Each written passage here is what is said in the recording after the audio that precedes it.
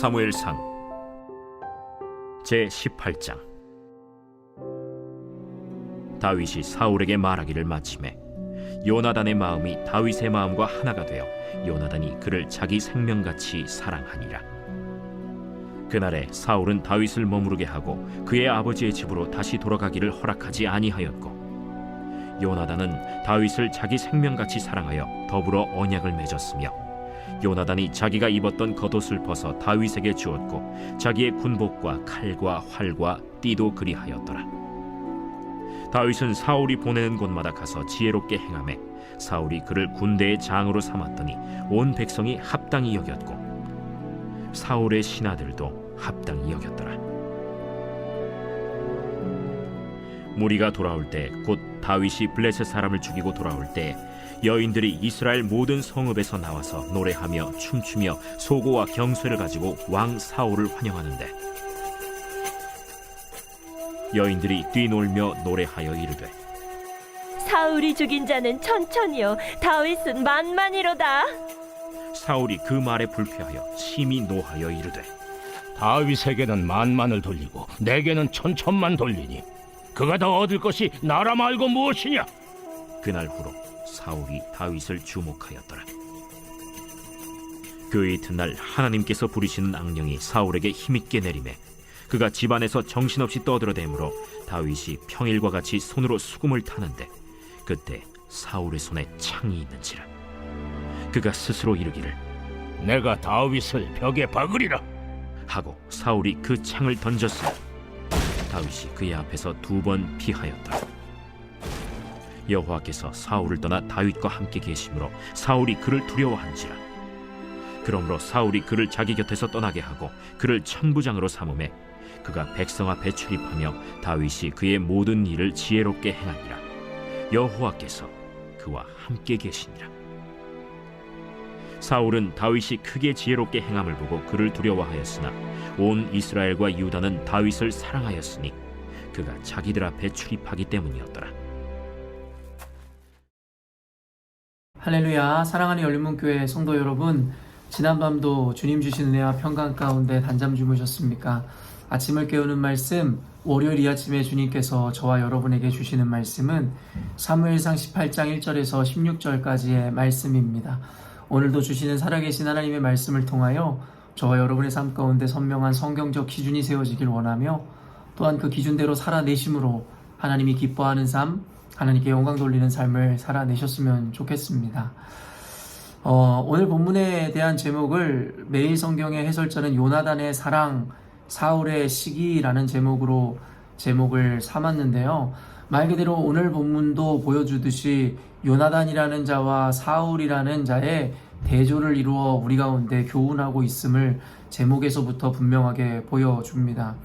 이번 사무엘서를 계속 여러분과 함께 아침마다 나누면서 계속해서 여러분에게 이 대조를 통한 그 은혜들, 이야기들을 함께 나누었음을 여러분도 알고 계시는데요. 이 사무엘서를 이 오래 보는 이 과정 중에서 계속해서 하나님은 이런 대조를 눈에 띄게 하신다라는 생각이 들었습니다. 이 사람은 여러분 쉽게 물드는 존재라는 것을 너무나 잘 알 것입니다. 인간이란 존재 자체가 사실은 그 마음에 기준이 없고 보여지는 것, 느껴지는 것, 그 상황에 쉽게 휘둘리는 존재이기 때문에 결국에는 인간이라는 존재는 늘 주의하여 깨어 있어야 함을 성경은 늘 이야기하죠. 무엇보다 바울 사도를 통해서 말씀하시는 것이 무엇입니까? 선줄로 생각하는 자 넘어질까 조심하라 이야기함으로 말미암아서 우리로 하여금 끊임없이 겸손함으로 끊임없이 하나님 말씀 앞에 나서야 하는 존재임에 대해서도 분명히 이야기하더라는 것이죠. 그렇기 때문에 우리는 하나님의 말씀을 떠나거나 하나님의 기준을 떠나서는 도무지 선한 것이 없으며 우리가 의로울 수 없음을 성경은 늘 이야기하더라는 것입니다. 말 그대로 우리는 또한 이 죄나 이런 환경의 영향을 쉽게 받는 자들이기에 성경은 또한 어떤 모양에서든지 악을 떠나라 라고 이야기하더라는 것이죠. 감히 악한 것을 바꿔보겠노라고 뛰어들었다가 도리어 자신이 그의 집어삼킴을 당할 수 있기 때문입니다.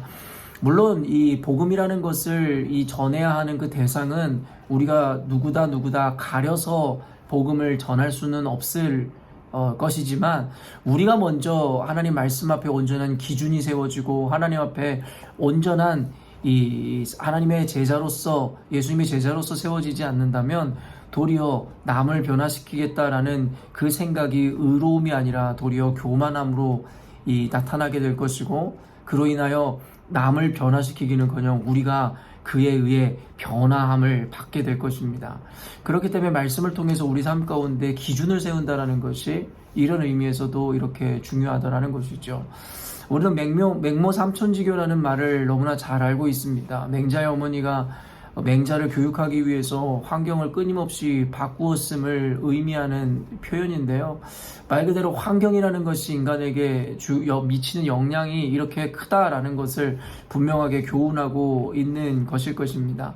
특별히 환경뿐만 아니라 또 인간에게 영향을 주는 것이 무엇입니까? 바로 사람입니다. 친구 따라 강남을 간다라는 말도 있듯이 결국에는 어떤 친구를 만나느냐에 따라 우리의 인생이 흥하기도 하고 망하기도 할 수 있음을 이야기함은 지금까지 여러분과 논하였던 것과 같이 인간이라는 존재가 얼마나 연약하며 쉽게 물드는 존재인지에 대해서 이야기하는 표현들이라고 생각합니다. 원래 이 본래 본문으로 돌아와서요, 1절 보니 다윗이 사울에게 말하기를 마침에 요나단의 마음이 다윗의 마음과 하나가 되어 요나단이 그를 자기 생명과 같이 사랑하니라. 요나단과 다윗의 이 우정은 워낙 잘 알려져 있고 유명한 이야기이기에 우리가 너무 많은 설교나 어떠한 이 강의를 통해서 들어왔지만 결국엔 이 우정의 중심에는 하나님의 은혜가 있었음을, 하나님의 개입이 있었음을 성경은 늘 이야기합니다. 성경을 읽다 보면 사실은 어떻게 보면 뻔하다고 할까요? 당연한 패턴들이 늘 등장합니다. 제가 뻔하다라는 말을 썼을 정도로 성경에는 늘 동일한 패턴들과 이 전하고자 하는 같은 맥락의 메시지들이 너무나 많이 담겨져 있는데요. 문제는 무엇이냐면 이와 같이 뻔한 것, 당연한 것인데도 불구하고 우리들에게는 뻔하고 당연한 것이 아니니 문제라는 것입니다. 성경에서 이야기하는 뻔한 패턴 중에 하나가 무엇이냐면 모든 것의 섭리자, 주권자 되시는 분이 하나님이시라는 것입니다. 너무나 당연한 말이죠. 하나님께서는 굴러다니는 낙엽조차도 섭리하신다라고 우리는 믿는 믿음을 갖고 있습니다. 하물며 우리 주변에 펼쳐지는 일들, 우리의 만남에도 하나님의 섭리가 묻어나지 않는다라고 이야기할 수 있는 이가 어디 있겠냐라는 것이에요. 그렇기 때문에 모든 관계라든가 상황이라든가 인도하시는 분이 주님이심을 인식한다면 우리가 그로 말미암아 주어지는 두려움이든 또 걱정이나 근심이든 하나님의 이 섭리와 주권 가운데 맡길 수 있을 것인데, 우리가 바로 이런 깊은 신뢰와 하나님의 섭리에 대한 인식이 없기에 우리는 그날 이루어지는 일들, 그리고 벌어지는 상황들, 그리고 관계의 이 어떠함에 따라 그날 우리의 마음들이 널뛰는 것을 보게 되더라는 것이죠. 제가 하나님께 훈련받은 것 중에 하나가 바로 이런 관계에 대한 것이었는데요. 저 역시도 관계 중심적인 사람이기 때문에 이 관계에 따라 사실은 내 마음이 널뛰듯이 좋았다가 말았다가 했었던 기억들이 학창시절에 참 많았더랬습니다. 그러다 보니 하나님께서 저를 사명자로 세우시려 했는지, 그 관계에 쉽게 무너지고 연약하다는 걸 아셨는지 그 관계에 대해서 훈련시키기 시작하셨는데 얼마나 혹독하고 힘들었었는지 저는 너무나 잘 알고 있습니다. 그러면서 그러한 혹독한 훈련 과정을 통해 깨달은 것이 무엇이냐면 그게 관계를 여시는 분도 하나님이시고 닫으시는 분도 하나님이시더라는 것. 그것으로 인해서 저는 이제 관계에 전혀 집착하지 않는 자가 될 수 있었던 것 같습니다. 전혀라고 이야기하는 것에 어폐가 있을지 모르겠지만 어쨌든 이전과 같이 관계 때문에 널뛰는 것 같은 삶을 살지 않는다라는 것이죠. 목회자에게는 너무나 필수적인 것일 텐데요. 사실 목회자뿐만 아니라 이 시대를 살아가는 저와 여러분 모두에게 통용되는 이야기이고 우리가 훈련받아야 하는 어떠한 것이지 않을까라는 생각을 하게 됩니다. 우리는 하루도 빠짐없이 관계를 하며 살아가는데요. 이 관계의 중심 또 주인이 누구신지에 대해서 우리는 잊지 말아야 합니다. 그렇다면 이 관계 집착적인 삶에서 우리가 조금은 벗어날 수 있을 것입니다. 어쨌든 간에 우리의 관계를 여시는 것도 닫으시는 것도 하나님이시다라는 것들을 일단은 기준으로 보면 결국엔 요나단 바로 사울의 아들이 다윗을 심히 사랑하게 되더라는 것이에요. 그래서 그는 자신의 왕위도 그에게 오히려 넘겨주는 것에 대해서 두려워하거나 힘들어하지도 않았을 뿐만 아니라 어쩌면 자신이 왕이 되는데 걸림돌이라 할 수 있는 다윗을 죽이려고 하는 아버지 사울의 여러 가지 계략과 책략 그리고 시도 가운데 번번이 다윗을 살려줬다라는 것을 우리는 너무나 잘 알고 있겠죠. 오늘의 대조는 바로 요나단이 다윗을 향한 사랑 그리고 다윗을 향한 사울의 시기 이 대조인 것인데요. 어떤 이들은 그런 이야기를 할 수 있어요. 사울이 다윗을 시기했었던 이유는 자신의 왕위를 빼앗길 수밖에 없고 그에게 그의 영광이 넘어갈 것에 대한 두려움 때문에 다윗을 시기하고 그를 죽이려 했다. 합리적인 어떤 추론일 수 있겠는데요. 사실은 단순히 그런 상황성으로 이야기하자면 사울보다 요나단이 더 시기하고 더 위기감을 느껴야만 했지 않았을까라는 생각을 합니다. 언젠가도 이야기했지만 사울이 죽고 나면 당연하게 요나단이 그 왕위를 이어받는 것은 하나의 수순이었을 것입니다. 왕이라는 영광과 함께 더불어 주어지는 권위, 권세, 권력을 모두 누릴 수 있었던 것이 요나단인데 여러분 그와 같은 환경적인 상황으로 보면 사울은 그를 시기하였고 요나단은 그를 사랑했다는 것 자체가 단순히 어떤 환경적이거나 상황적인 이유만으로는 해석이 될 수 없다라는 것이에요. 그렇기 때문에 아까도 이야기한 바대로 이것은 하나님의 개입이라고 밖에 할 수 없는 것 같은데요. 하나님께서는 단순히 이런 마음을 주장하실 뿐만 아니라 상황과 환경도 주장하심을 보게 됩니다. 사실은 사울이 애초부터 다윗을 미워했던 것은 아니었단 말이에요. 5절 보니 다윗은 사울이 보내는 곳마다 가서 지혜롭게 행하며 사울이 그를 군대의 장으로 삼았더니 온 백성이 합당히 여겼고 사울의 신하들도 합당히 여겼더라. 골리앗을 물리친 다윗으로 인해서 사울왕뿐만 아니라 모두가 감탄하였고 놀랄 지경이었겠죠. 그래서 오늘 본문에 보니 결국에는 고향으로 돌아가려고 하는 다윗을 사울왕이 간곡하게 붙잡는 장면이 나오고 그 이후에 다윗을 군대장으로 세우면서까지 그를 옆에 두려고 했었다라는 것이죠. 여기까지만 보면 사울왕도 다윗을 아끼고 좋아했었던 것이 분명하죠. 그리고 다른 것이 아니라 그에게 악령이 들어 고통 가운데 있을 때 다윗이 연주를 하면 그 악령이 떠나가니 어찌 이를 미워할 수 있었겠냐라는 거예요. 스스로를 고통에서도 나올 수 있게 해주고 그리고 자신의 군대를 또 지휘함으로 말미암아 많은 승리와 업적을 남기게 된 자를 싫어할 자가 아무도 없겠죠.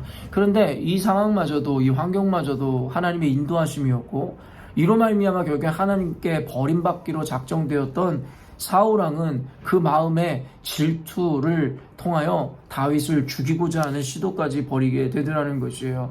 7절 말씀 보면 여인들이 뛰놀며 노래하여 이르되 사울이 죽인 자는 천천히요 다윗은 만만이로다 한지라. 여러분 권력욕이라는 것이 이렇게 무서운 것일까요? 결국에는 이 다윗이 자신의 수하에 있어 여러 곳을 다니며 승전보를 외치고 그리고 업적을 남긴다는 것은 그 상관에게 지휘자에게 왕에게도 당연히 좋은 것일 거예요.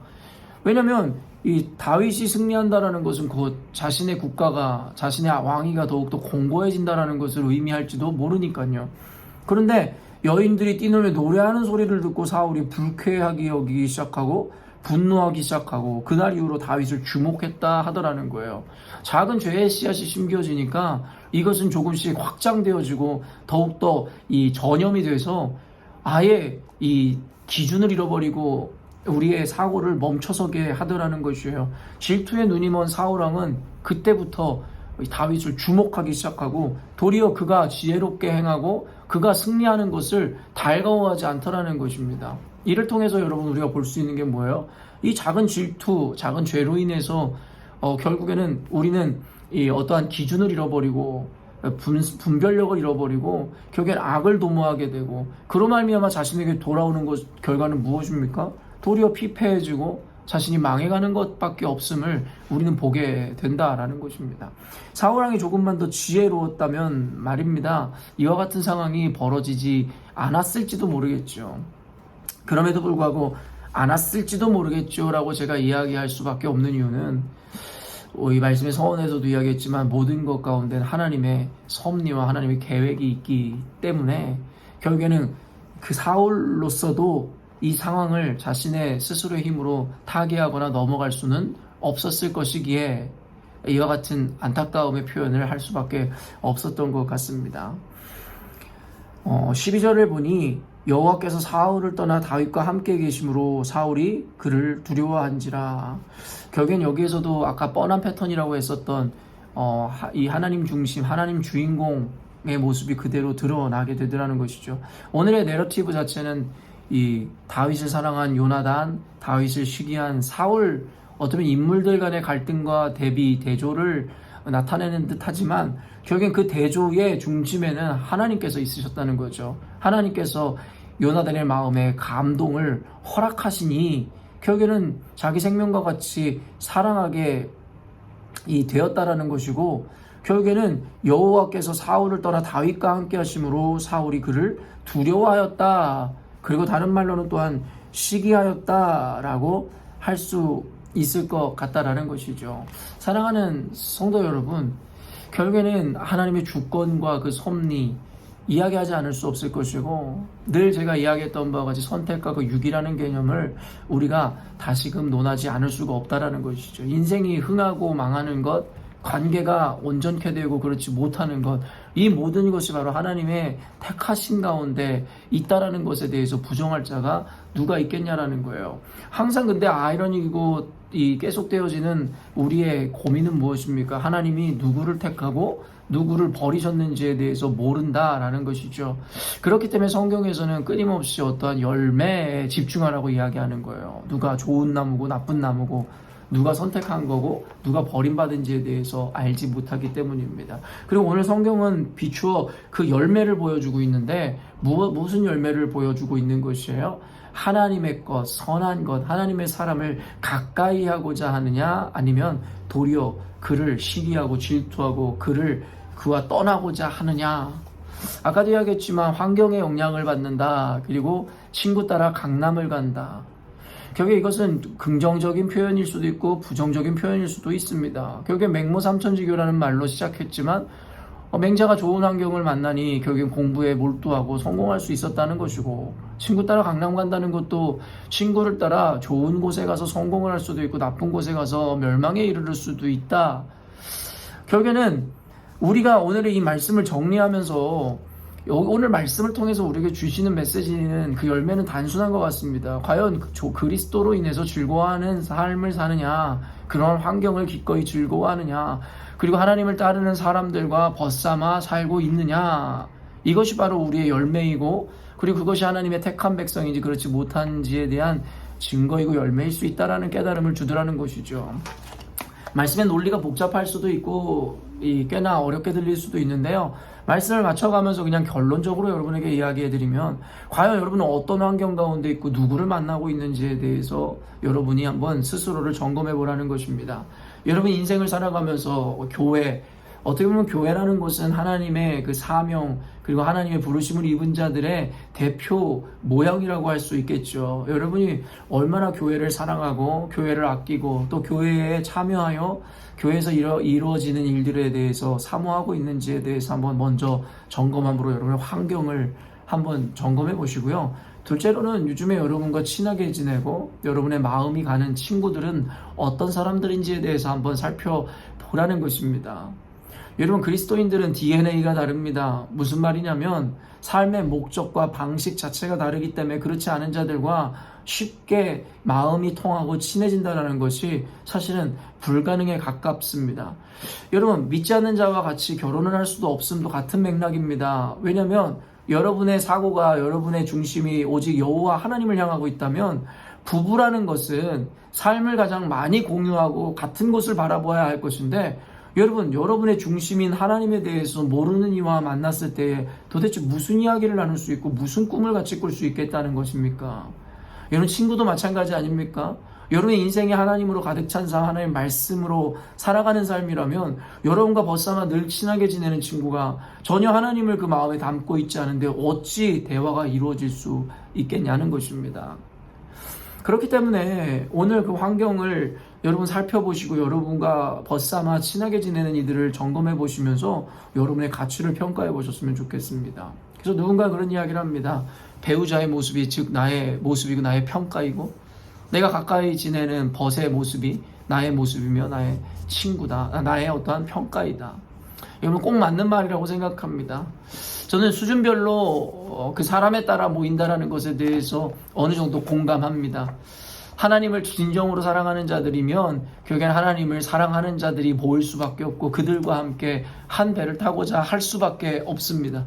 그러나 마음이 계속해서 교회를 떠나고 하나님의 사람들을 거부하는 것이 우리들의 요즘의 모습이라면 이것은 굉장히 심각하게 바라볼 수 있어야 합니다. 자신의 신앙은 온전한데 다른 사람들이 문제가 아니라 결국엔 내 신앙이 문제화되어 가고 있음을 깨달을 수 있어야 한다라는 것입니다. 오늘 말씀을 통해서 찬찬히 여러분의 환경과 그리고 여러분의 주변을 살피시고 여러분과 벗삼는 이들을 살피심으로 여러분 스스로의 모습을 점검해보고 그렇지 않다면 성경의 말씀처럼 요나단과 같이 하나님의 사람과 벗삼고 하나님이 사랑하시는 환경을 사랑하고 있지 않다면 여러분 그것을 굉장한 경각심으로 받아들이시고 여러분 스스로가 하나님 앞에 깊이 엎드리는 시간을 가져야 할 것입니다. 오늘 말씀을 통해서도 주님 주시는 귀한 그런 은혜들이 저 여러분에게 있었을 줄로 믿습니다. 함께 기도하겠습니다. 하나님 아버지, 오늘도 말씀을 통하여 우리 스스로를 돌아보고 우리 스스로에 대한 이 가치를 혹은 모습을 평가해보는 시간을 갖게 하시니 감사합니다. 하나님의 주권은 너무나도 완벽한 것인데 사실 그 하나님의 주권이 나에게 어떠한 모양과 형태로 다 있는지에 대해서 그 누구도 확신하거나 이야기할 수 없기에 결국엔 성경의 논리를 따라 열매를 통해 우리들의 그 부르심과 나의 존재의 평가를 확인하고 평가해보기를 원합니다. 성경은 우리에게 끊임없이 그 열매라는 것에 대해서 중요하다 이야기했으며 또한 그 열매라는 것을 증명하는 데 있어서 여러 가지 모양을 성경은 설명하고 있음을 봅니다. 요나단은 다윗을 사랑하였고 사울은 다윗을 시기하였습니다. 다윗이 어떤 자입니까? 바로 하나님을 사랑하는 자, 하나님이 사랑하는 자의 대표 명사일 수 있을 것인데 하나 요나단은 그 마음에 다윗, 하나님의 사람을 가까이하고 사랑하는 마음이 있었으나 사울왕은 안타깝게도 하나님의 사랑, 하나님의 사랑을 입은 자를 도리어 시기하고 질투하고 미워하는 결과를 초래하게 되었습니다. 그것이 그들의 부르심에 대한 증명이라 생각이 되어집니다. 이 말씀을 통하여 오늘 이 영상을 보는 우리 한 사람 한 사람이 자신이 처해 있는 환경과 상황, 자신이 즐거워하고 좋아하는 것에 대해서 평가해보고 또한 벗삼은 자들의 모양이나 행태들을 살펴보므로 오늘의 나를 분별하고 파악할 수 있는 시간이 되게 하여 주옵소서. 그로 말미암아 스스로 속히 깨달아 하나님 부르심에 합당한 모양으로 회개하고 돌아올 수 있도록 주님께서 은혜를 더하여 주옵소서. 하나님을 가까이 하는 자마다 또한 하나님의 사람들, 하나님의 환경을 사랑하는 자들마다 하나님의 복을 입은 자들이라 이야기하는데 하나님 아버지, 이 영상을 보는 모든 그리스도인들이 하나님을 사랑하는 자를 사랑하게 하시고 하나님이 머무는 공간과 환경을 사랑함으로 주님께 진정한 축복을 누리는 우리 열린문교회 성도들 되게 하여 주옵소서. 감사드리며 예수님의 이름으로 기도합니다. 아멘. 사랑하는 열린문교회 성도 여러분, 오늘도 주님께서 주시는 귀한 하루를 우리가 시작하게 되었습니다. 오늘 말씀을 기억하심으로 어디를 가든 누구를 만나든 이와 같은 기준으로 여러분의 가치와 평가를 여러분의 가치와 여러분의 모습을 평가하는 오늘 하루가 되었으면 좋겠습니다. 아침을 깨우는 말씀은 내일 아침에 또 만나도록 하겠습니다.